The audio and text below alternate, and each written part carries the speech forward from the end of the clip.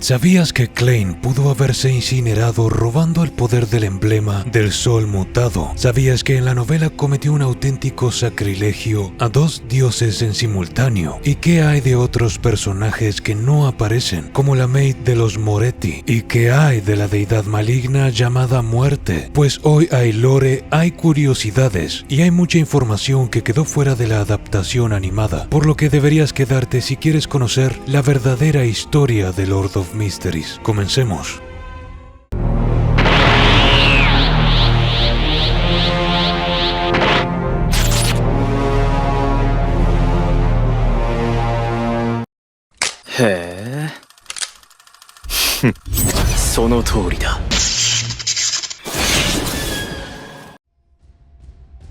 El capítulo 159 abre directamente con la lectura de las nuevas páginas del diario del emperador Rosell que Audrey le entregó a Klein. En ellas encontramos a un emperador que comienza a dudar de lo que le rodea, un emperador que finalmente fue testigo por primera vez de los poderes de un Beyonder de secuencia alta, quedando impresionado al grado en que realmente comprende por qué les llaman semidioses. Rosell cuestiona la manera en que las 7 iglesias ortodoxas manejan las informaciones respecto a las pociones y las secuencias, el por qué ciertas cosas las dicen y otras las ocultan, y nos cuenta que tras traer a este mundo la revolución industrial y la era del vapor y la maquinaria, se enteró de que, sin saberlo, había estado creando el escenario perfecto para el descenso de una deidad maligna. Esto en el Donghua más o menos lo vemos por lo que recuerdo. Klein se vio profundamente consternado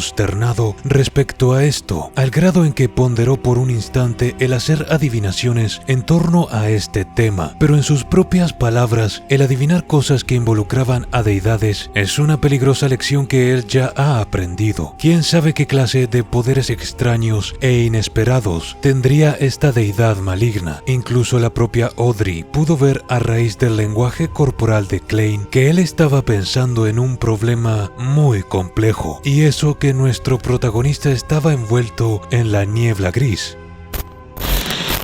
Luego tiene lugar una conversación que abre Alger, quien dice que Kilangos iba a causar una tragedia en Backland con miras a obtener un objeto sumamente especial que aparentemente le permitiría convertirse en un Beyonder de secuencia alta. Esto era francamente extraño porque dicho pirata era de secuencia 6, como recordarán, por lo que estamos hablando de saltar de secuencia 6 a secuencia 4. Sea lo que sea ese objeto, parecía poder ponerle en el nivel de Nast, el rey de los 5 mares, y por tanto uno de los 4 reyes pirata. Este cambio implicaría que Kilangos formaría parte de los reyes pirata, siendo entonces 5, lo que en consecuencia reduciría a los 7 piratas almirantes a 6, ya que en la actualidad él pertenece a este último grupo. A través de las palabras de El Colgado, nos queda claro que los reyes piratas son o bien de secuencia alta, es decir, semidioses, o cuentan con extrañísimos y peligrosísimos artefactos que, junto con sus barcos místicos, son capaces de emplear un poder equivalente al de un semidios. El hombre le dio algo más de información para que Audrey pudiera tener una idea más elaborada de quién era este pirata. Le dijo que le gustaba pescar y comer pescado crudo, que no podía pasar más de 1 o 2 días sin nadar en el mar, odia el vino y el champán, y siempre que desembarca busca a mujerzuelas para complacer sus necesidades. Debido a su cuerpo tan fuerte, una mujer no le basta para satisfacer su lujuria. En este capítulo también se nos da una información sumamente importante de cara al futuro. Gracias a sus estudios en el misticismo, Klein sabía que en ciertos rituales que involucraban a dioses malignos, artefactos poderosos aparecían de la nada, y también sabía que, por ejemplo, la diosa de la noche eterna había entregado artefactos sagrados a sus seguidores. Esto significaba que existía magia ritualística para poder literalmente teletransportar un objeto desde una una deidad hasta un seguidor, por ponerlo en términos simples. Klein se encontraba pensando que necesitaba una forma de entregar ingredientes al joven Derrick si acaso no los encontraba en su isla, y se propuso investigar a fondo esta cuestión, sin mencionar que de encontrar un método para ejecutar esta idea, podría intercambiar cosas materiales entre los miembros del Club del Tarot, y con él también dedujo que probablemente se trataba de un ritual de sacrificio, pero este tipo de rituales eran avanzados y requerían de secuencias más elevadas. Tal vez tras avanzar a secuencia 8, pudiera tener una idea más clara de cómo llevarlo a cabo, pensó. Yendo ahora al capítulo 160, el mismo abre con una curiosidad bastante graciosa que quiero mencionar porque no fue adaptado. Klein se encontraba jugando a las cartas con sus compañeros y debido a que su mente estaba en otras cosas, particularmente la creación de los artefactos con el poder del emblema del sol, terminó perdiendo 5 soli en apuestas. En un momento en que Klein elevó una moneda en el aire con su pulgar, sintió la intensa y penetrante mirada de su compañera, la bella Royal Raidin, e inmediatamente entendió qué estaba pasando. La chica creyó que Klein estaba empleando sus poderes de adivinación para hacer trampa jugando a las cartas, por lo que sin necesidad de una aclaración verbal, escondió la moneda. Me pareció interesante comentarlo porque es una dinámica única a compañeros de trabajo Beyonders. Finalmente, la distracción creada por Asik, la cual Klein le había pedido, ya que pretendía usarla como excusa para solicitar el uso del emblema sagrado del sol mutado, llegó, y con su labia consiguió la aprobación del capitán. Quiero aclarar 2 cosas antes de proseguir. La primera es que este evento fue combinado con la pérdida de control del amigo del viejo Neil en el puerto. Sin embargo, como vemos aquí, sucedió mucho después en la novela. Lo segundo es que mientras tanto en la novela se nos cuenta qué rayos estaban haciendo los demás. En la adaptación, por ejemplo, personajes como Cicatron, esta chica de aquí, apenas aparecen, y si bien en el primer libro o tomo tampoco aparece mucho, sí se nos dice en dónde personajes como ella están y qué están haciendo. La mujer en este instante se encontraba monitoreando a Hood Eugene, el paciente psiquiátrico que parecía haber perdido la cabeza de un día a otro, por lo que el autor no deja de recordar la simultaneidad de los eventos a la par que sigue construyendo futuras revelaciones, porque mientras que en la adaptación el paciente psiquiátrico sale de ninguna parte, en la novela estamos leyendo de él desde hace muchos, pero que muchos capítulos. En fin, prosigamos. Algo que me hizo reír en voz alta cuando lo leí fue que en el momento en que Klein se acerca junto a Leonard y Kenley al carruaje que los transportaría a su destino, Kenley, quien no estaba familiarizado con el uso de tal objeto, dice las siguientes palabras. ¿Acaso el efecto purificador del artefacto influenciará al caballo? No me siento muy cómodo con la idea de un caballo que solo puede alabar al sol tirando del carruaje. ¿Se imaginan al caballo parándose sobre sus patas traseras, haciendo la pose de Soler de Astora?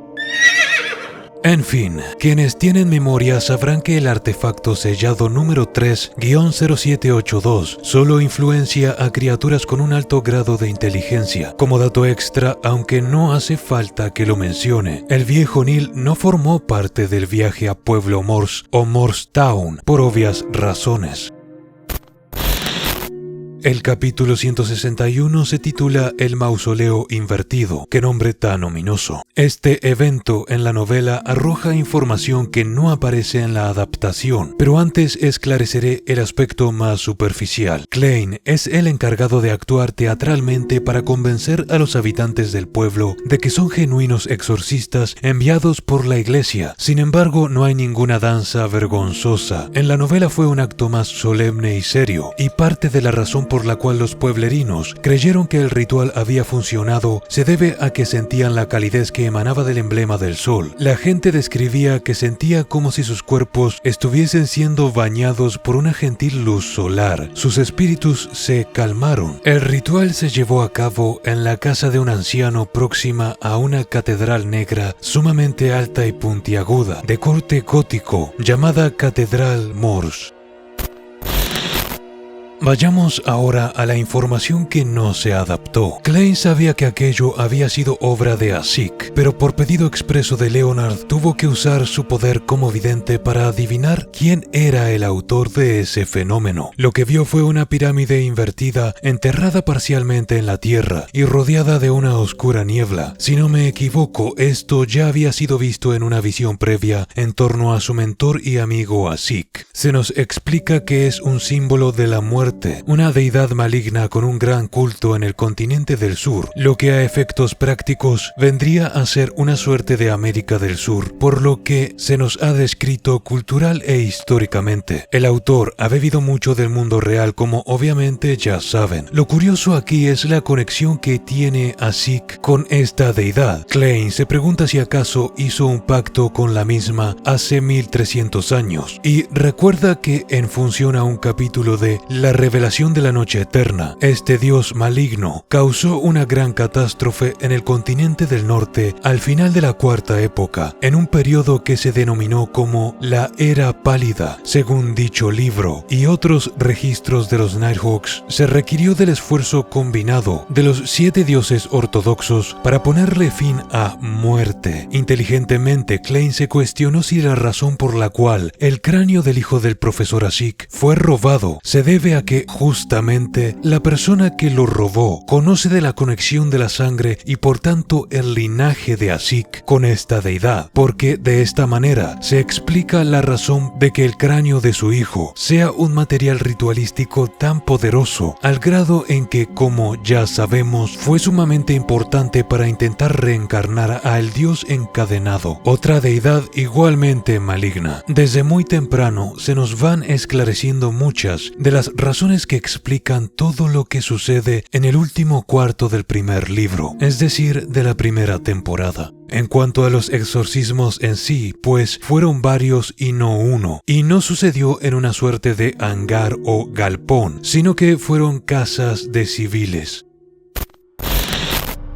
Yendo al ritual que le permitió a Klein drenar parte del poder del artefacto sellado para crear sus poderosos amuletos, considero interesante mencionar que su plan casi se va a la basura. Leonard dijo que 2 personas en simultáneo cuidarían del artefacto mientras la otra restante se aleja lo suficiente para recuperarse de su influencia. Klein necesitaba estar solo porque lo que pretendía hacer era completamente inaceptable por un montón de razones obvias. Al final logró convencer al poeta hablando y hablando sobre posibilidades y entrando en términos matemáticos para llevar la discusión al plano de los números para determinar qué era más eficiente. El punto aquí es que nadie quería gastar energías en una larga y extenuante conversación con Klein, por lo que prefirieron simplemente aceptar su sugerencia de que uno lo cuidase mientras los otros descansaban. La razón por la cual menciono todo esto es porque Klein nos cuenta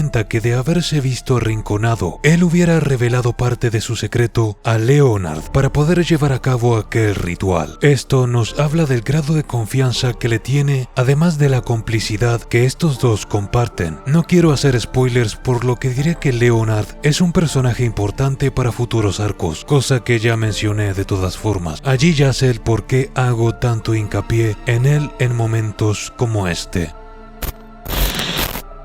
Una vez solo dentro de la enorme catedral, vacía obviamente porque hablaron con el sacerdote a cargo, que por cierto se llamaba Siur. Si quieren ver cómo se escribe, activen los subtítulos porque los corrijo manualmente. Klein nos cuenta algo que considero intrigante. Procedo a leer. En la pared detrás del emblema sagrado en la iglesia, el cual representaba a la diosa, habían pequeñas aberturas que permitían la entrada de la luz del sol, de tal forma parecía proyectar una suerte de cosmos hacia el interior. Ninguno de los dioses ortodoxos dejó detrás una imagen de sí mismo. Solo sus símbolos son venerados y glorificados por sus fieles. Parece como si se tratara de la manifestación de un comando tácito que dice: no mirarás directamente a tu Dios. Esta última parte es lo que me intriga, porque nos da a entender que no hay retratos de estos dioses, solo símbolos o representaciones, pero eso no significa que no tengan un rostro o una apariencia determinada. Quiero que se tomen un momento para entender la importancia de que Klein haya hecho el ritual en la iglesia en lugar de aquel barco como fue adaptado en el Donghua. Lo que estaba haciendo no solo era desobediente hacia la iglesia, sino que podría ser considerado como un auténtico sacrilegio e insulto hacia la fe de la diosa, porque estaba llevando a cabo un ritual hacia un dios distinto dentro de la iglesia de la diosa de la noche eterna. Klein esperó unos 20 minutos sin hacer nada, solo por si acaso entraban sus compañeros a recordarle alguna cosa en particular, y cuando comenzó a preparar el ritual decidió colocarse en un rincón medio oscuro y apartado, a espaldas de los símbolos de la diosa, porque genuinamente sentía culpa. Los poderes de la diosa le habían ayudado en más de una ocasión. Su hermana Melissa seguía viva gracias a la diosa, como recordarán por el cumpleaños de Selena. Esto dota la situación de una gran tensión, y la gravedad de lo que hace es palpable en el capítulo. Tú eres la luz inextinguible, la encarnación del orden, el dios de las obras y el guardián de los negocios, dijo Klein. El ritual y la oración, todo fue aprendido gracias al conocimiento que se filtró hacia su mente cuando miró directamente al dios del sol eterno abrasador. Aquellos eran los epítetos o títulos con los que también se conocía a aquel dios. Aquí hay otra cosa sumamente interesante e importante que en el Donghua tampoco se menciona. La razón por la cual Klein pudo hacer el ritual sin muchas complicaciones es porque el emblema del sol ya tenía una gota de la sangre de la deidad cuyo poder quería canalizar. Esto significa que Klein no tuvo que pedirle nada a dicha deidad, no tuvo que invocar su atención para ponerlo en términos simples, no tuvo que llamarlo. ¿Y por qué esto es importante? Pues Klein nos dice que cabía la posibilidad de que dicho dios reconociera que él fue aquel irrespetuoso que se atrevió a mirarlo directamente, y de haberlo tenido que llamar a dicho dios, puede que todo lo que Leonard y Ken hubieran encontrado tras hacer el cambio de guardia fuera una pila de cenizas frente al emblema del sol mutado.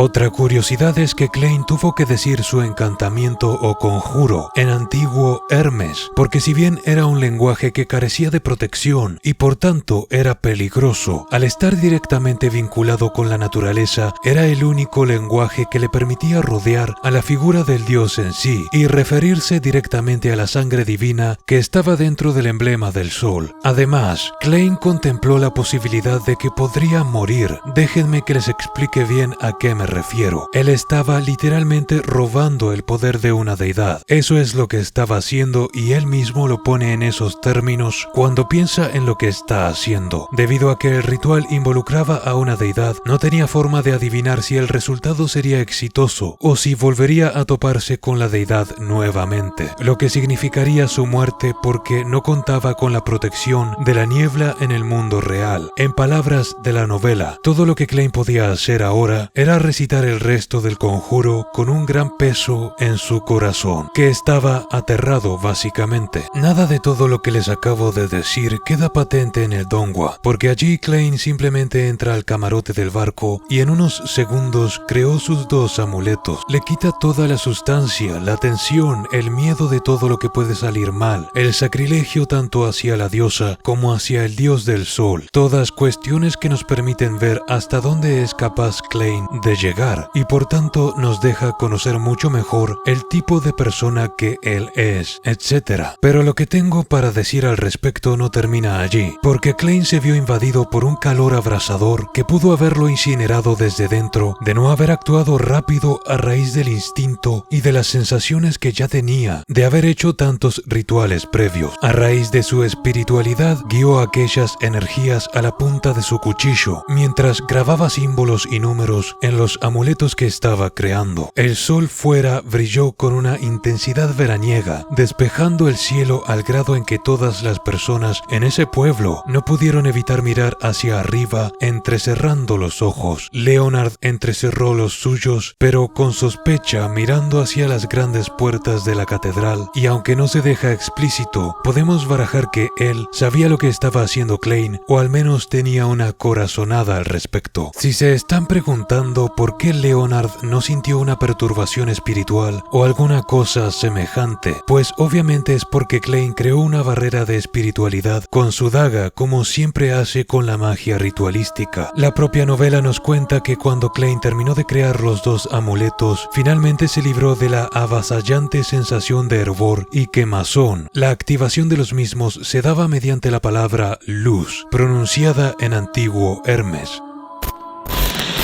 A pesar de haber creado amuletos tan poderosos que su efecto podría perdurar más allá de un año, ya que recordemos que los amuletos pierden espiritualidad con el tiempo, el emblema del sol mutado lucía igual que siempre y despedía la misma aura, por lo que comprendemos que una gota de sangre divina por sí sola posee un poder enorme. Como curiosidad extra, Klein terminó bañado en sudor y tan agotado que en el momento en el que se sentó, se quedó dormido hasta que los otros entraron a la iglesia para relevarlo en la vigilancia del artefacto sellado. Considero importante este detalle porque demuestra la tremenda carga que supone sobre la espiritualidad de un Beyonder el mediar con poderes que son superiores a él. Sin embargo, en el Donghua creó los talismanes y tenía energías para seguir luchando contra el monstruo. No tiene sentido. Leonard se percató de que Klein no tenía buen aspecto y cuando tomó el artefacto sellado lo observó con gran curiosidad y desconcierto. Probablemente él se haya imaginado lo que pudo haber pasado y el desconcierto provenía de lo ridículo que la idea por sí sola parecía, porque un ritual de aquellas características que pudiera extraer el poder de un artefacto sellado por parte de un Beyonder de secuencia 9 y un principiante encima de todas las cosas era una fantasía. Hay un claro dilema entre los instintos de Leonard y la verosimilitud y sentido común que habitan en él. Ciertamente Klein era una figura sumamente intrigante para él.